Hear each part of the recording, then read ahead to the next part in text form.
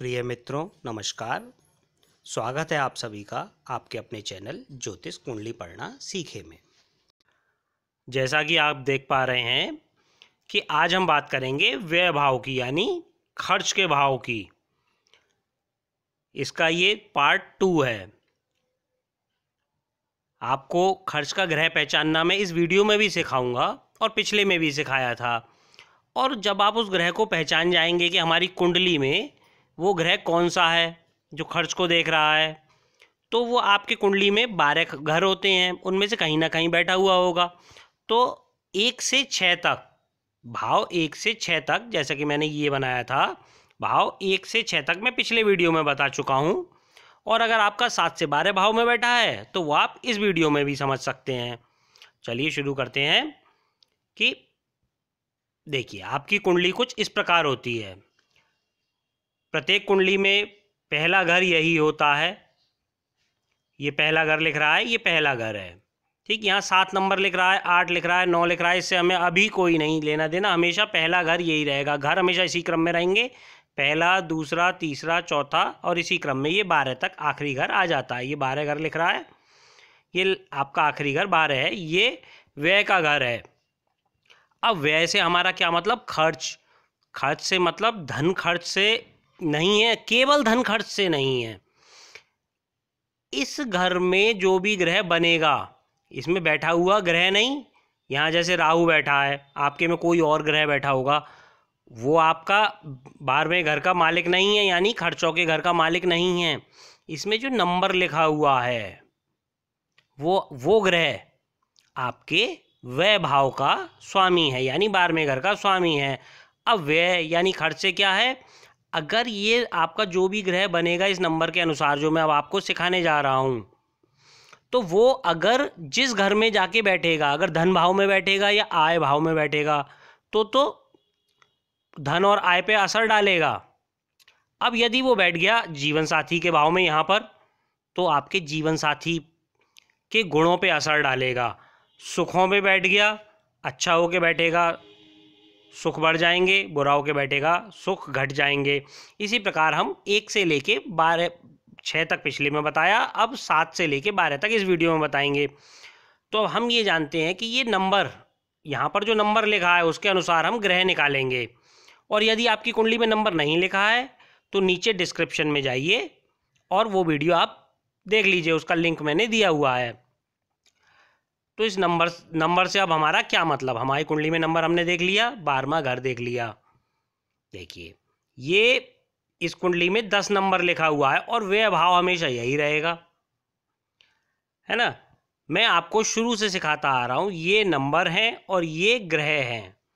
1 number लिखा होगा तो व्यय भाव का स्वामी मंगल होगा, 2 होगा तो शुक्र होगा। इसी क्रम में जो भी नंबर लिखा होगा वो ग्रह आपके व्यय भाव का स्वामी होगा। वो कुंडली में किसी भी घर में बैठा हुआ हो, स्वामी वो व्यय भाव का रहेगा, व्यय के फल हम अवश्य देगा।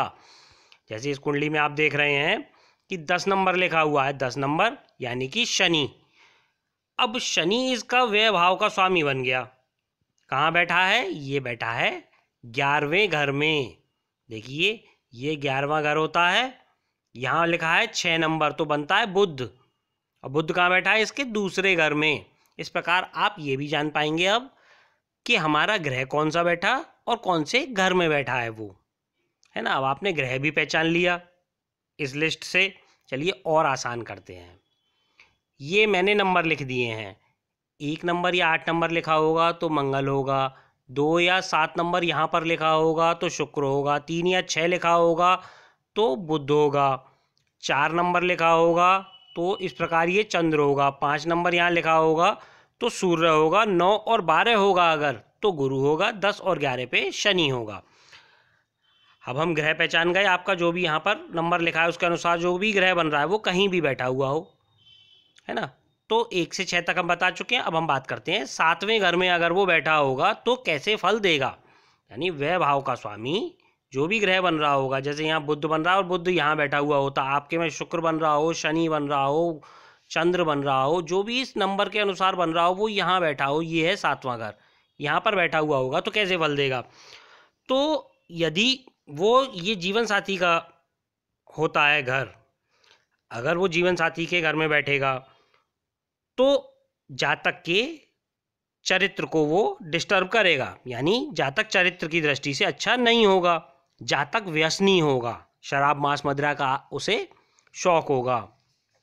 अब यदि यहाँ कोई शुभ ग्रह हो, जैसे चंद्र हो, गुरु हो, इस प्रकार से कोई भी शुभ ग्रह अगर बैठा हुआ हो तो भी व्यक्ति चरित्रहीन, कुटिल स्वभाव का और व्यसनी होता है। लेकिन शुभ ग्रह के बैठने से इन फलों में कुछ कमी आ जाती है, यानी बुरे फल कुछ कम मिलते हैं, लेकिन होते जरूर हैं। अब हम बात करेंगे यहाँ व्यय भाव का स्वामी अगर 8वें घर में बैठ जाए, यहाँ पर बैठ जाए और शुभ ग्रह होकर बैठ जाए, यहाँ का जो भी नंबर का स्वामी बन रहा हो वो शुभ ग्रह निकले और वो यहाँ पर 8वें घर में बैठ जाए, तो क्या होगा? क्योंकि 8वां घर, जैसे मैं आपको शुरू से समझाता आ रहा हूँ, 6, 8, 12 घर अशुभ होते हैं। अब यहाँ का स्वामी बना वो शुभ ग्रह और बैठा है अशुभ में, तो अशुभ के घर में शुभ ग्रह अच्छे फल नहीं देगा। इसीलिए जातक नीच कर्म करता है। जातक कामवेग अधिक होने से यहाँ भी चरित्रहीन होता है और दाम्पत्य जीवन में उसके कष्ट रहते हैं।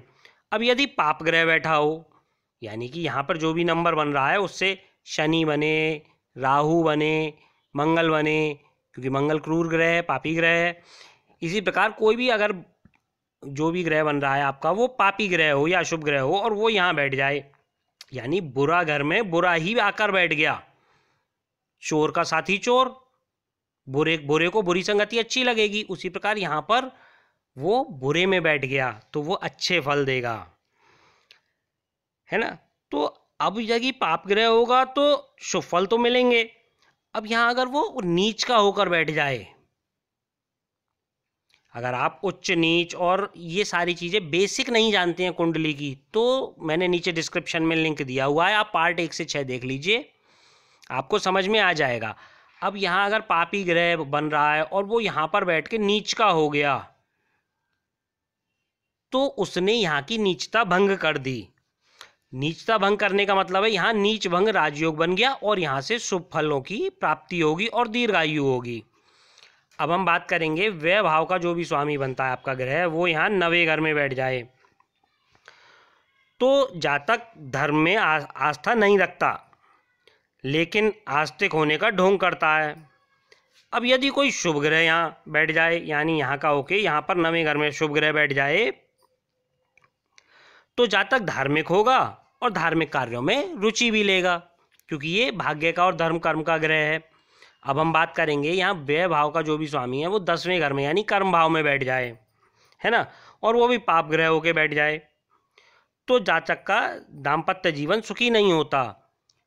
क्यों नहीं होता? क्योंकि ये आपका जीवन साथी का स्थान है और जीवन साथी के सुख का भाव ये आपका कर्म भाव है। यहाँ पर अगर कोई पाप ग्रह बैठ जाएगा तो दाम्पत्य जीवन अच्छा नहीं होगा। अब यहाँ शुभ ग्रह बैठ जाए, यानी यहाँ जो भी नंबर बन रहा है उसके अनुसार शुभ ग्रह हो और वो यहाँ बैठ जाए, तो क्या होगा? तो जातक अपनी ही स्त्री से प्रीत रखेगा और जातक धनी होकर सुखी जीवन व्यतीत करेगा। अब हम बात करेंगे कि यहाँ से जो भी बन रहा है आपका ग्रह व्ययेश या खर्चों का मालिक, वो यहाँ 11वें घर में बैठ जाए, आय स्थान में बैठ जाए, तो जातक को वो सत्यवादी, सुकुमार देह वाला तथा शुभ कर्म करने वाला और शुभ कर्म करके प्रसिद्धि प्राप्ति भी कराएगा वो उसे। ऐसा जातक सार्वजनिक कार्यों पर धन व्यय करता है। अब यहाँ अगर पापी ग्रह भी हो, यहाँ 11वें घर में पापी ग्रह भी हो तो भी यहाँ पर वो शुभ फल ही प्रदान करेगा। अब हम बात करते हैं व्यय भाव का स्वामी यहाँ जो भी नंबर बन रहा है और यहीं पर वो ग्रह बैठ जाए, 12वें घर में ही बैठ जाए, जैसे यहाँ 6 नंबर लिखा हुआ है, बनेगा बुध, देखिए 3 और 6 का स्वामी बुध, और बुध यहीं बैठ जाता है ना, तो कैसे फल मिलते? तो जो भी ग्रह यहाँ का स्वामी बनेगा वो अगर यहीं बैठेगा तो जातक शांत वातावरण में रहने वाला पसंद होगा, वो शांत वातावरण को ही पसंद करेगा। ऐसा जातक शहरों की अपेक्षा गांव में निवास करने वाला अधिक पसंद करता है। वो ऐसे जातक को भूमि संपत्ति का सुख मिलता है, पशु संपत्ति का सुख मिलता है, और ऐसा जातक अपने काम से काम रखने वाला होता है और अधिक मेलजोल उसे पसंद नहीं होता। प्रिय मित्रों, आज इतना ही। धन्यवाद।